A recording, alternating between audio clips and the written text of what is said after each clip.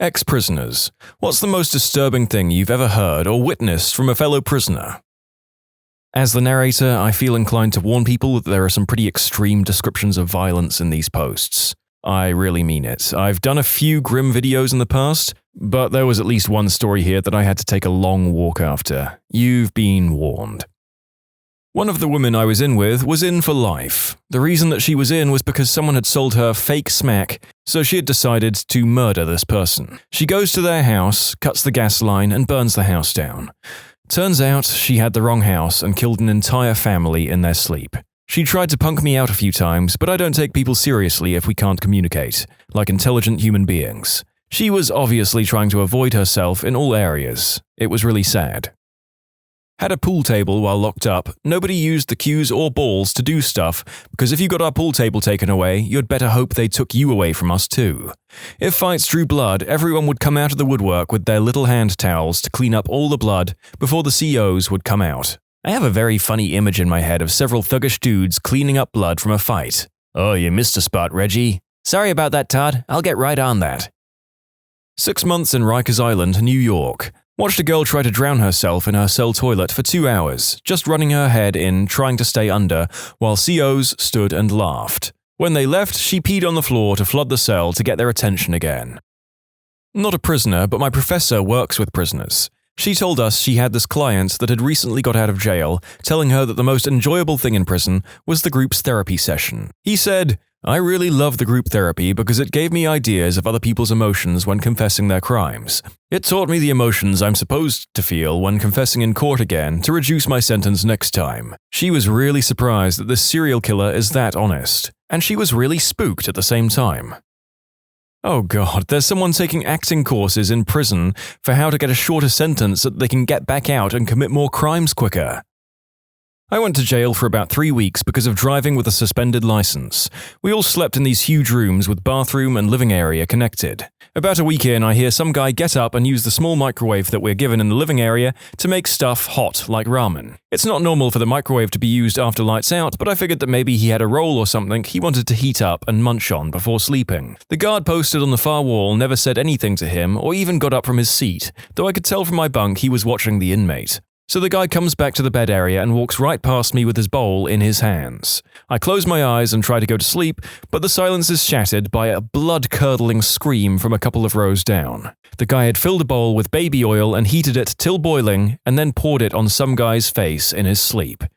Found out later that it had some kind of fight a few days earlier, and the baby oil guy was out for revenge. Burn guy had third-degree burns on his face, neck, shoulders, and chest. Baby oil guy was taken away, and we never heard from him again. Also, we lost our microwave, so to heat things up we had to use hot water from the sink and just let stuff sit in it forever to heat it up. Sucked to be sure, but not as bad as being covered in boiling fricking oil. This is why you can't have nice things in prison. My dad was telling me about how in the POW camp in Colditz in World War II, officers had to eventually ban fricking everything because stuff was being used to either smuggle in contraband or be used as tools for escape and whatnot. Pretty much the only luxury the prisoners had was fruit jam, until a man was found in the yard one day, blinded by the moonshine that was made from it.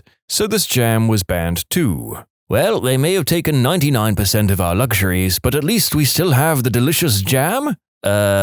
Actually. Oh god damn it, Barry.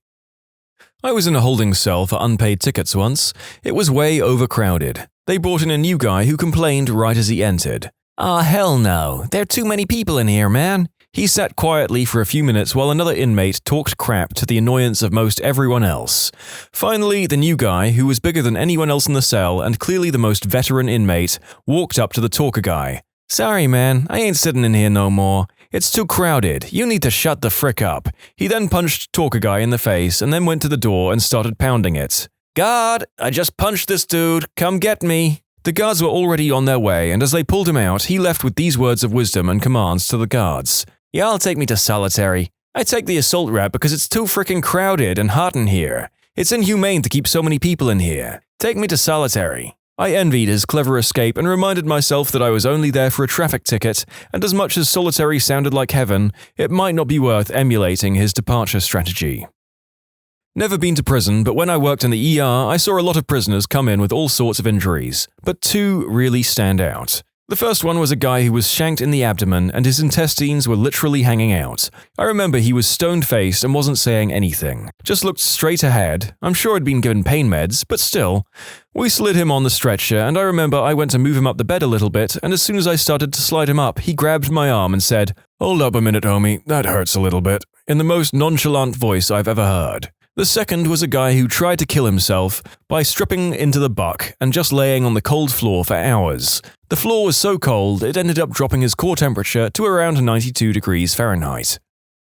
A quiet kid we called Harry Potter because of his glasses. He was pretty young and definitely lacking in street smarts, and we could never figure out why he was there, until we caught the news from a guard that he threw a pot of boiling water on his wheelchair-bound grandma because she was being too loud while he watched his favorite TV show. Out of all the sick crap people were locked up for, that one is pretty hard to swallow. If you ever got locked up, remember to always be respectful of those around you because you never know what kinds of messed up people are in there with you. Stories I've heard firsthand, one guy was locked up with a heap of smack still shoved up his butt. He was popular. Another guy got noticeably drunk on someone else's booze, prompting a lockdown and search. He died from a head injury a few days later. Another group of guys teased the necrophiliac until he had a breakdown and chased them through prison trying to kill them. They hid behind a guard, peeing themselves, laughing while he was subdued. Fun times. I was in juvenile prison. I'd just gotten into the intake unit. The guy that was escorted into the building behind me had committed the unspeakable act. Well, we walked into the unit and some kid walks up to him and starts beating his face. He takes out a toothbrush and starts shoving it up his butt. The COs didn't let that go on too long, but it caused some serious damage. Well, some guys from the unit told me he crapped himself and couldn't control it. Turns out the guy that beat up the crapping boy was the older brother of the boy that had the unspeakable act committed against him by Crap Boy. The most disgusting thing I saw and smelled was when I was on lockup. This one inmate took a coffee bag, filled it with 3-week-old bodily fluids. He then gets out for his 1-hour rec and proceeds to place the open part underneath this other guy's cell door and stomp on the bag. It sprayed the most disgusting, rancid concoction of bodily fluids all over this inmate. After his epic display of biological warfare, he pulled down his pants and shook his wang at the inmates he had just crapped all over. As the man writing this script, I can tell you that you do not want to know the specific fluids that the author wrote that went into the bag. But it was all of them. Whatever you're thinking, it was all in there in a nasty cocktail. Gross. I pleasured myself in a holding cell, not knowing there were cameras watching me. 2 officers walked in telling me to put my wang away because there was a lady watching me on the cameras. Honestly, I was so mortified that I forgot that I was about to get reamed in court. How in the heck did you get in the mood to crank it before court in a holding cell? What the frick else am I supposed to do? 20 hours on a wooden bench with no shoes on, and the floor is so nasty you don't even want to touch it. Ah, the old forlorn nut. Caught guilty of underage drinking. A guy that was there when I got there gets up after an hour or so of me coming in. He goes and sits down on the toilet that's in the same small room as the 10 of us guys that were there, right in front of the window to the officer's desk area/office, and has explosive diarrhea. It's horrible, breathing through our shirts for 2 hours. New guy comes in and is told from an experienced player that he should try and make himself throw up so he won't be in as long. They release you when you're sober. So what's he do? Puts his drunk head into the toilet bowl, rests his face on the seat, and passes out. It was a gross, gross day. Obligatory, not me, but someone I know. They went to federal prison in Ontario for getting caught with a lot of substances. Anyway, he told me that they put smack addicts in with the general population, but they're given a small cup of methadone each morning at a certain time, and they'd sit in the chair and wait for their bodies to absorb it. What some guys would do, though, was shake in their chairs to try and stave off the absorption, and then when they'd get back in their cells later, they'd induce vomiting into a sock inside of a can and use that as a filter. Then it was for sale. Yeah, doing regurgitated smack is a thing in Canadian prison. Severe violence and death of an infant warning. I did a few years in a state prison and saw and heard a lot of brutal, crazy stuff. Murders, the unspeakable acts, fatal amounts of substance use, riots. But the one thing that's never left me was a story a guy told me about his murder case. He was babysitting his girlfriend's new baby, a few months old, and the baby wouldn't stop crying, so he put it in a pillowcase and slammed it against a wall for 20 minutes. He said he knew the baby was messed up after the first hit, but he just kept going. Said it was like a bloody pulp sack. Stuff really messed me up. Also, one of the other bad ones I saw was a guy get stabbed through the eye with a 10-inch knife. Dude dropped, killing him instantly, and he never saw it coming. A couple of people put him in a laundry cart, and the COs didn't find him for about 10 hours. The guy who killed him was 19 and serving an 11-month sentence. He said he just wanted to know what it felt like to kill someone. They convicted him, federal, for capital murder, and he got like 99 years. Unfortunately, there's a lot of young kids who go in with small sentences and never get out. Worked at a maximum security mental health facility. A guy talked about how he didn't understand why he was having nightmares about boiling lobsters alive. This was 5 minutes after he talked about how he killed his ex-girlfriend, cut her up, and boiled her head because she was accusing him of cheating. Oh, and how if he could just talk to her parents, they would understand because she wasn't a good person. I was in administrative isolation, and there was a guy across the way who kept smearing his crap on the plexiglass so the COs couldn't see inside. The guards were sick of his crap, quite literally, so one night when he did it, the CO on watch dared the guy to lick his own poop off the glass. He did. Christmas time in jail. It may have been Christmas Eve, not sure. Many years ago. Nighttime. Around 8 p.m, I guess. They had huts, which could sleep about 20 guys each. I was in the short-timers hut. For some reason they called the long-timers long sweeps. No idea why. Anyway, a bunch of long sweepers started gathering around our hut, just outside the chain-link fence. Massive guys, tats on arms, and even fingers, and all carrying a little something in their fist. Group gets up to about 12 guys, all standing around silently, saying nothing, and we were getting pretty nervous. Then, just as it gets dark, a couple of little possums crawl down out of one of the trees. Little Aussie sugar gliders. Yeah, they really can fly or glide between the trees. Here's a bunch of the biggest, baddest dudes I've ever seen standing around waiting to hand-feed little possums bread and sugar. They were very gentle with them.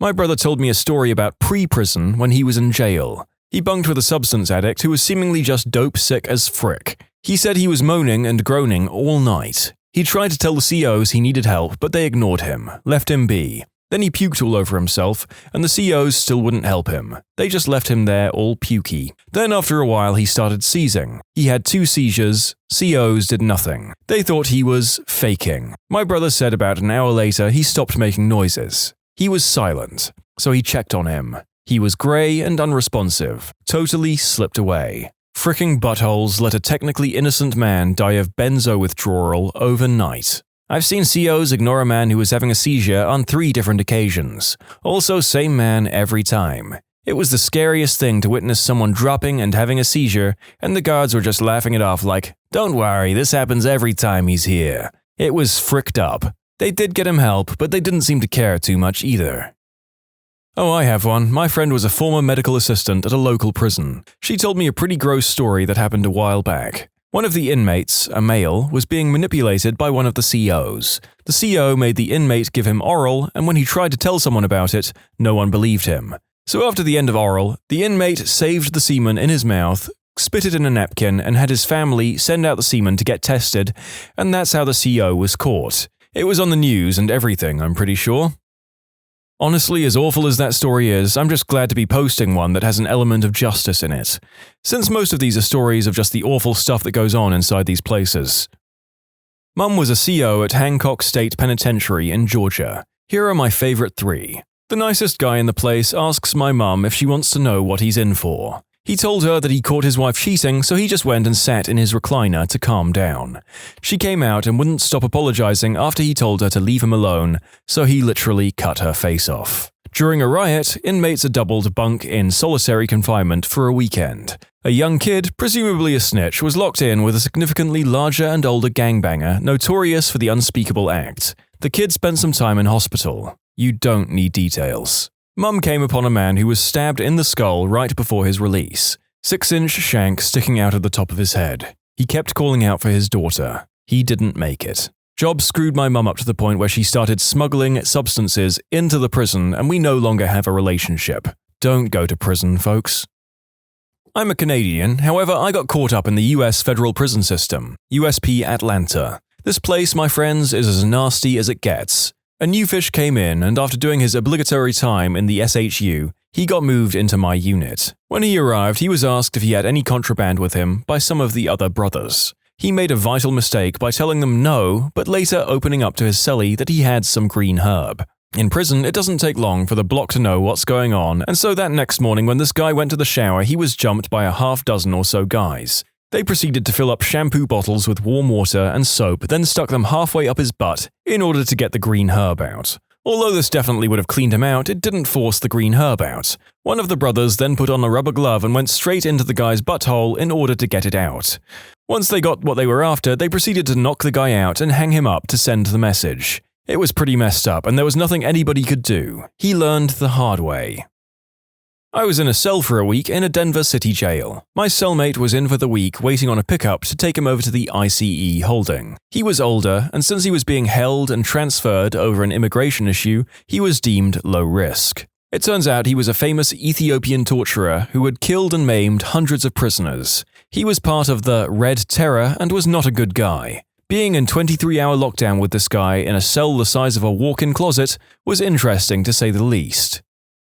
So I've never been incarcerated, however I used to work for our local jails as a medical officer. Still to this day, I'm traumatized by abscesses the size of golf balls, leaking smelly green pus, and a girl we like to refer to as Pharmacy Snatch. Pharmacy Snitch was found taking pills in the book holding cells and somehow smuggled these pills into Gen Pop.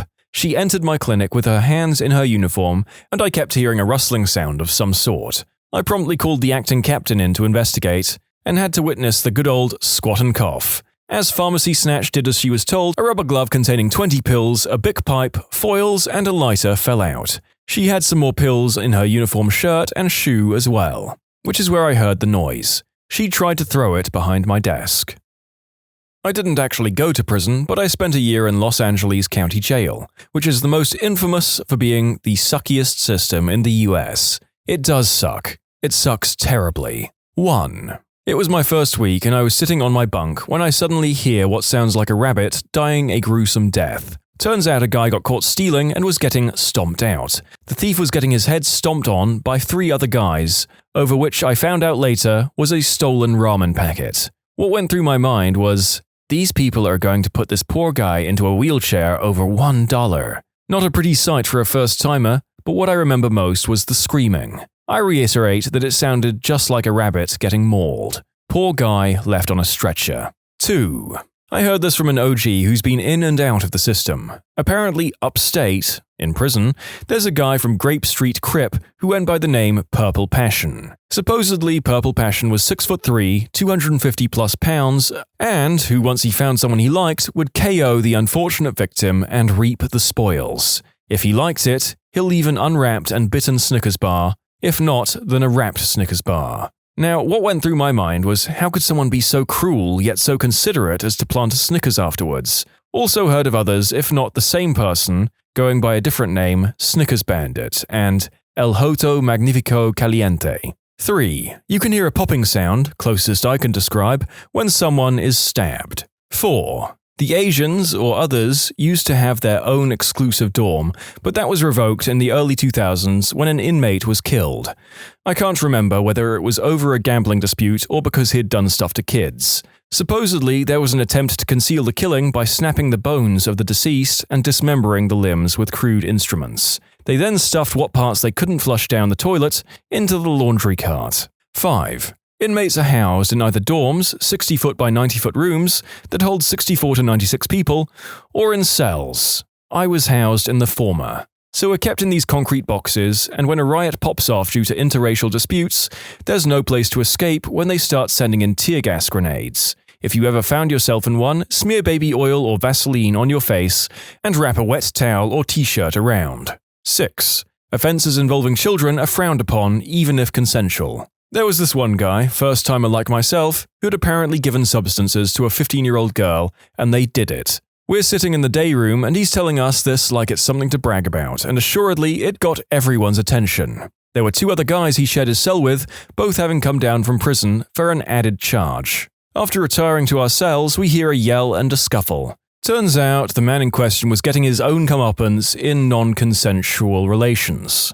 The entire cell block was cheering this on. The raucous eventually recedes and then silence. Slowly, the smell of feces just permeates throughout the block. The guy had the unspeakable act committed against him, And from what I heard, he stayed under his bunk until the next shower day when he rushed out of his cell begging the guards for help. The food was inhumane. No identifiable meat, plus everything had to be able to be eaten with a spoon because they weren't about to hand out forks and knives. Fun few days. Yep, a family member of mine was in jail for a couple of years for carrying green herb. Don't ask, he was in there way too long and the whole situation was super messed up. He said one of the worst things was the food. They had to eat some mushy bologna stuff that made him gag when he even talks about it. He said they saw a starving cat outside once and they put the bologna out for it to eat. The cat smelled it, shook its head in obvious disgust, and ran away. Holy crap, I thought they were about to eat the cat. I was sent to a woman's prison for about 5 years, and there was a girl in there who was famous for getting high on crystal while babysitting an 8-year-old and then killed the kid. Another one that I found disturbing was a girl who threw her newborn into the trash after she went into labor at home. I mean, you hear about this kind of stuff all the time and it's messed up, but then to be surrounded by people who've actually done it is freaking nuts. Also, it was heartbreaking to see mothers getting visits from their young children. Always tears from both parties because mummy still can't come home. A lot of these women were actually good people who'd just made stupid mistakes. When you subscribe, make sure to hit the bell to turn on notifications. Put the playlist on in the background to finish listening to all the stories, linked at the top of the description. And if you like Am I the Genius, give Am I the Jerk a shot, linked in the description too. Either way, thanks a lot for watching, and we'll see you guys next time.